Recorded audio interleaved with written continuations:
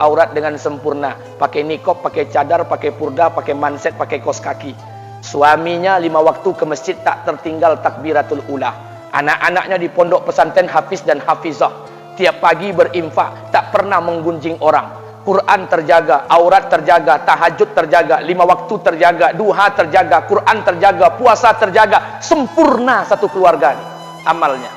Tapi sudah 8 tahun dia tak tengok ayah ibunya. Sudah bertahun-tahun dia tak nyapa kedua orang tuanya.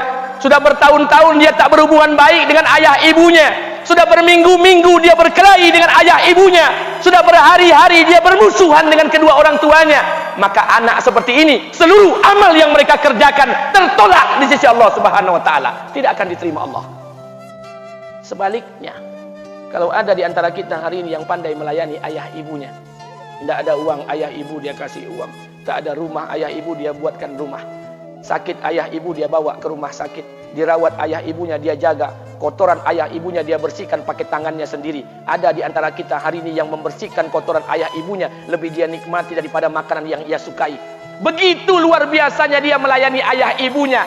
Tapi dia tinggalkan solat, dia injak-injak perintah Allah, dia tinggalkan perintah Allah dengan mutlak. Maka kebaikan satu orang anak ini kepada ayah ibunya seluruhnya tidak diterima Allah Subhanahu wa taala. Atau jangan-jangan inilah yang menjadi penyebab amal kita tak diterima Allah.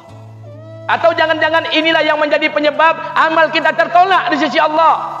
Kita solat juga, kita sujud juga, kita puasa juga, kita ngaji juga, kita dengarkan ceramah juga. Maka oleh karena itu, Pak, Bu, ayah kita tuh tinggal di kampung, ayah ibu tinggal di kampung sana. Terkadang ayah ibu kita tak sekolah, SD, SMP, SMA tak tamat. Dia sekolahkan kita SD, SMP, SMA, S1, S2, S3 dengan harapan hidup kita lebih baik daripada keadaan dia sekarang. Tapi apa yang membuat kita jarang untuk menjenguk mereka? Saya ingin sampaikan buat kita bersama. Ayah ibu kita tak tahu kita ni eselon 1, eselon 2, Pak. Ayah ibu kita tak tahu pangkat PNS kita 3A, 3B, 3C, 3D, 4A, 4B, 4C, 4D. Ayah ibu kita tak tahu kita ni public figure. Ayah ibu kita tak tahu dan tak mau tahu. Yang dia tahu kita ni anaknya. Ayah ibu kita tak tahu kita punya sawit berapa. Ayah ibu kita tak butuh mobil kita. Dia tak butuh rumah kita. Tapi yang dia butuhkan kita. Apa yang membuat kita jarang untuk menjenguk mereka? Tahun 2016 di Masjid Damai Langgeng, saya diundang ceramah di sana. Habis pulang ceramah, saya baca WA SMS. Ada seorang ustadz Pekanbaru kirimkan WA dengan saya. Saya baca 2 kali, air mata saya menetes. Kenapa? Karena WA itu berisi cerita satu orang ibu sedang menelpon anaknya. Ibunya nelpon anaknya. Assalamualaikum nak. Waalaikumsalam kata anaknya. Kata ibunya, nak, sudah 1 bulan kau tak tengok ibu. Apa yang membuat engkau berhalangan nak? Apakah kau sibuk dengan pekerjaanmu? Minggu yang kedua ibunya telpon lagi. Assalamualaikum nak. Kata anaknya, waalaikumsalam. Kata ibunya, nak, ibu dapat kabar apa engkau baru beli mobil baru. Apa betul nak? Kata anaknya, betul bu. Kata ibunya, alhamdulillah nak, ibu bangga. Kau pandai menyenangkan hati anak istrimu. Minggu yang ketiga ibunya telpon lagi. Assalamualaikum nak. Kata anaknya, waalaikumsalam. Kata ibunya, nak, ibu dapat kabar bahwa engkau baru beli rumah baru. Apa betul nak? Kata anaknya, betul bu. Kata ibunya, alhamdulillah nak, ibu senang kau bertanggung jawab dengan anak istrimu. Minggu yang keempat ibunya telpon lagi. Assalamualaikum nak. Waalaikumsalam. Kata ibunya, nak, tadi ibu pergi ke pasar, ibu jumpa temanmu di pasar. Kata temanmu di pasar, temanmu banyak bercerita tentang kamu. Kata temanmu tadi, kamu baru beli anak anjing seharga 40 juta dari negeri Belanda. Apa betul nak? Kata anaknya, betul. Kata ibunya, nak, dengarkan pesan ibu untuk terakhir kalinya. Apa pesan ibunya? Wahai anakku, engkau pelihara 1 ekor anjing. Kau siapkan harga anjing 40 juta. Kau siapkan rumah untuk anjingmu depan rumahmu. Kau jaga anjingmu pagi, siang dan sore. Kau mandikan anjingmu pagi, siang dan sore. Kau kasih makan anjingmu pagi, siang dan sore. Demi Allah nak, dengarkan pesan ibu untuk terakhir kalinya. Apa kata ibunya? Demi Allah nak, demi Allah. Kalau seandainya Allah menciptakan ibu, kalau seandainya Allah menciptakan ibu untuk yang kedua kali di muka bumi ini nak, demi Allah, ibu tak ingin terlahir sebagai manusia. Ibu ingin lahir sebagai seekor anjing, biar berada depan rumahmu dan melihat wajahmu setiap hari. Ibu kita tak butuh harta kita, Pak. Dia tak butuh uang kita, dia butuh kita. Apa yang membuat kita jarang untuk menjenguk mereka? Pantas hidup kita tidak berkah.